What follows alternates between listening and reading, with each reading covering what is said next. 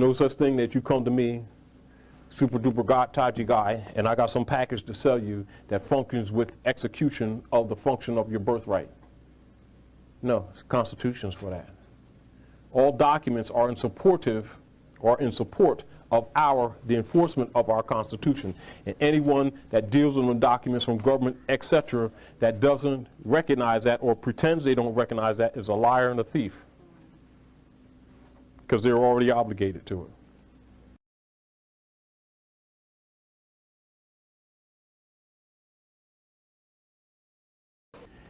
If you understand conceptually what that really represents, back to the nationality card, your concept of mind makes that card operable, not the card.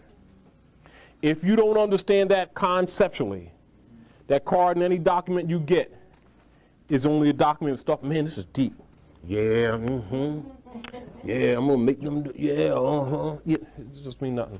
You go out there and then all they need to do is challenge you on the nature of that brief, and they'll quickly understand that you don't understand it. You went to 7-Eleven, copied it, and somebody sold this thing to you, and you're under the concept that inalienable rights can be sold to you in a package, which immediately shows that you have no concept nor respect for governmental principles. At that time, it's rejected. And you'll say, oh man, that failed. I gotta go buy another paper. And you get caught up in that paper chase. When the real deal is, if you understand what that really means in its concept, that's all the documents. All the documents peripheral to this are only supportive. They're supportive of the activation of this. This is passive, isn't it? And it's a statement that's on here, right? Passive. Put it in the abstract and then regurgitate it, then it lives. If you can't, your concepts are wrong and you don't understand it. And not that you shouldn't have it, but you should have it because it belongs to you. But whoever gave it to you didn't tell you the truth. I have every job I've been on since I've been nationalized. Since 1993. I have a Moorish nationality identification card identifying myself as a Moor. So not only, yes. So not only am I claiming that verbally, I've done it politically. I've sent paperwork to the banks, the schools that I went to, and so forth. When I talk to those who claim to be Hebrew Israelites, and I ask them, have they done the same? And they say no. Well, if you believe you're Hebrew and you're teaching people that we're all Hebrew, well then where's your nationality card? You do work. So have you clarified your legal status at your job? Because you classified as black at your job. Even if you didn't fill it, even if you didn't check it off, their paperwork that I find will be in my book, chapter 2 of my book, that the employer is instructed to, if it's left blank, to fill it out based on observation. So they will fill that out. You must clarify your legal status. The hospital, wherever you are. So have you clarified, speaking to those who claim to be Hebrew Israelites, have they clarified their legal status on the record? Or are they just saying that they're Hebrew Israelites, but there's no political action on it? They're just standing on the streets. They're just standing on the street and saying we're all Hebrew Israelites. But there has to be some political action because they're classified as Negro, Colored, Black, United States Census Bureau. So my question is, have they clarified that classification that they're not black and that they're Hebrew? Good question. Brother, they have not.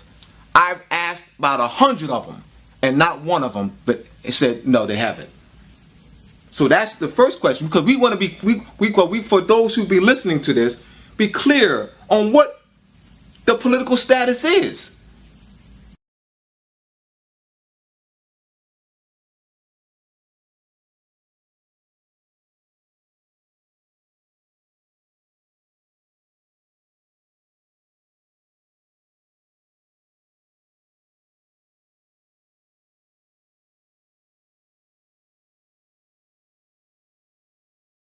Remember at all times.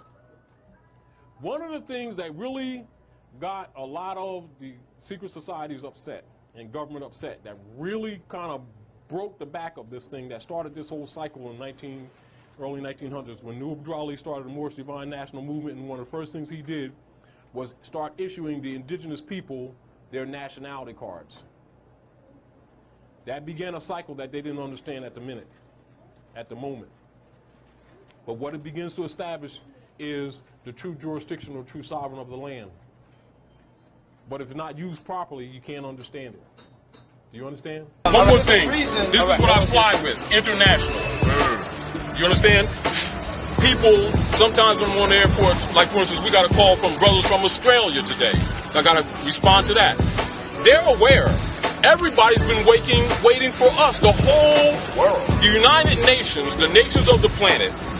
Anyone who's a scholar knows that the nations of the world have continuously, for the last 20 years, dealt with the nationality issue of these people in North America that keep insisting on calling themselves black. Dealt with in the Universal Declaration of the Rights of the Child.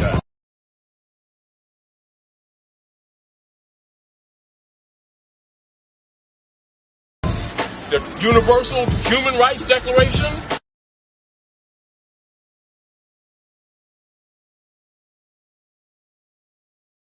And the rights of indigenous people.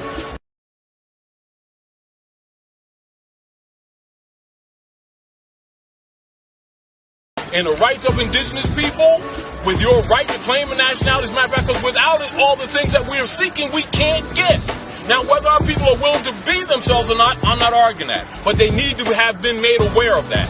And all the churches and civic organizations in North America were instructed to disseminate that information. They did not.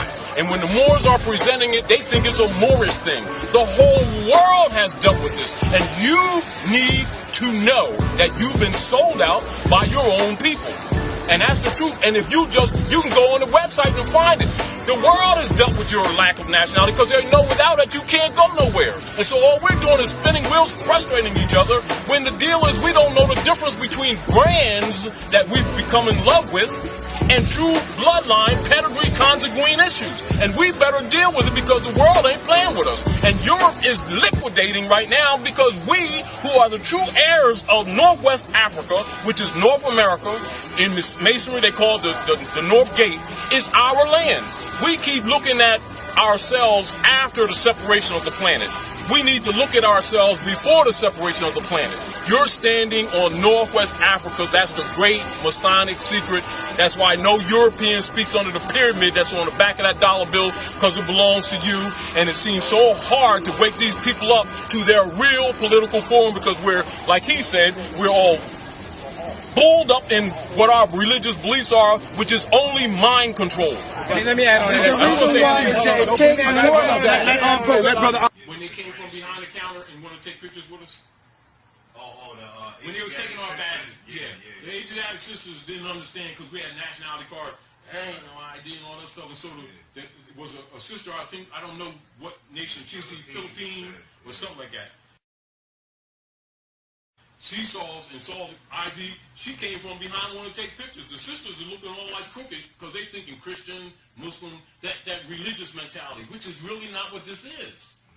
Do you understand? So then they took us around. We didn't even go through the record. They took us around so that we can go through all the BS. Do you understand what I'm saying to you? Mm-hmm. Now, some recognize it, some don't. If you understand. Today, we are dealing with the science of the Moors. Who are the Moors? This is one of the most difficult of historical questions, and in fact, this is the most neglected chapter in black history. Muslim. Are you a Muslim, Khalid? Yes, I am. But I'm a Moor. The problem is we started thinking like the